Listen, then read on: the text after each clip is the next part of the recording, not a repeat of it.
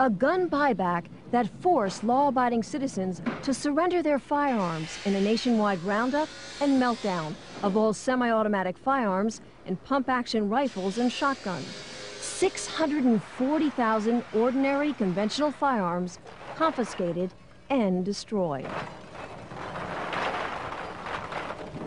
It was an absolute joke and a tragedy. I actually turned in 3 firearms, and it broke my heart. I mean, it was 40 years of collecting, and I can't say it any other way than that. I felt sick. I had to hand them in, because if I didn't, I was going to jail. There's no ifs or buts about that. By taking that gun away from me, they've stolen something from me.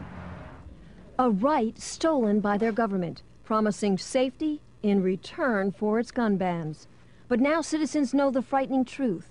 The cost of lost liberty can be measured in the loss of life. It's become very, very obvious, even to Blind Freddy, that the expenditure of $500 million has done absolutely nothing to reduce crime. It certainly didn't do what the government touted it would do, which was to reduce crime. It hasn't done that at all. In fact, there's been more. This has been a lot of bull and hasn't really done much to help society and with its problems. Cold, hard facts the anti-gun forces can no longer escape. Armed robberies have skyrocketed, up 69%. Assaults involving guns rose 28%. Gun murders increased 19%. And a new phenomenon, home invasions jumped 21%. An increase politicians insist they can't explain because they're still trying to legally define what a home invasion is and what the penalty should be. Part of the difficulty is that there is no clear definition of home invasion in the law. Never cease to be amazed at the ingenuity of lawyers. If the politicians want a pay rise, boom, that's done in 20 minutes. But to define home invasion, what a joke. I have no trouble at all in defining what a home invasion is. I think if someone sets their foot inside your door uninvited, they are invading your home and your privacy. And victims who have survived home invasions don't need a definition. They've lived through hours of terror. Arthur Field was tied up, his hands and feet taped, his phone lines cut, while 2 robbers ransacked his house.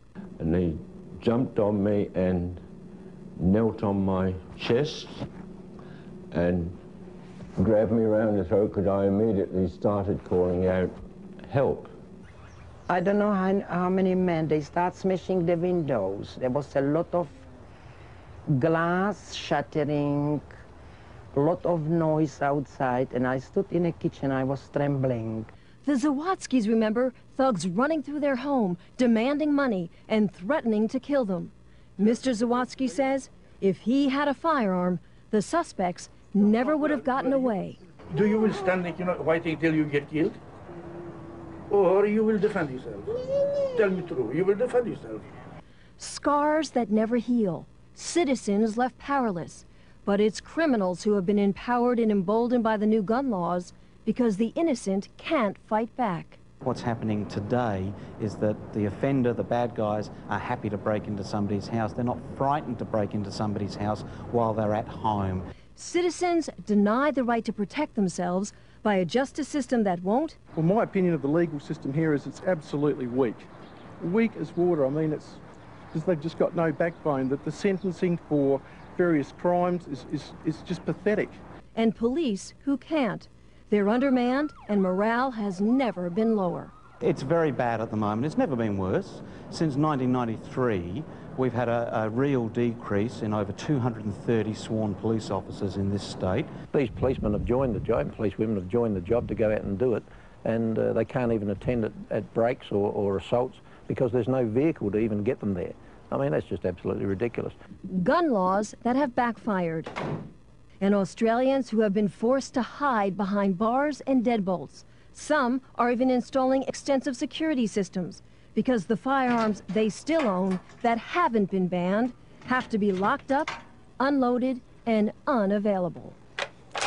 I mean, get real. If I have someone break in here, I've got to go get the bolt, get the rifle, find the ammunition somewhere else, put it all together, and then defend myself if this other person's got a firearm that's going to threaten my life.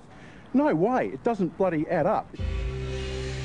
A political fraud, gun bans that haven't made a difference, and gun owners now struggling to stop a growing momentum against them.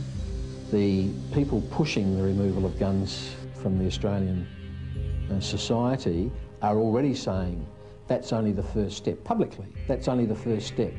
Now we want the handguns, we want every other firearm. They're warning to Americans, don't think it can't happen to you. It can, and it already is. Unless you, as a firearms owner, get off your butt now and start to oppose those that want to take them off of you right here and now, I would say that within 5 to 10 years, the restrictions on gun owners in America will be similar to what happens in Australia. Don't trust your politicians. Get in there, keep on their backs. Be a member of the NRA, be a member of your local gun club. Be part of the NRA and never, ever, ever give up your freedoms, because that's, in the end, that's all you've got. If you think you have rights, tomorrow the government can take them away from you. I think the Americans have to be very, very careful, because, you know, their rights will be quickly eroded, as ours have, and we don't have a chance in hell of getting those rights back.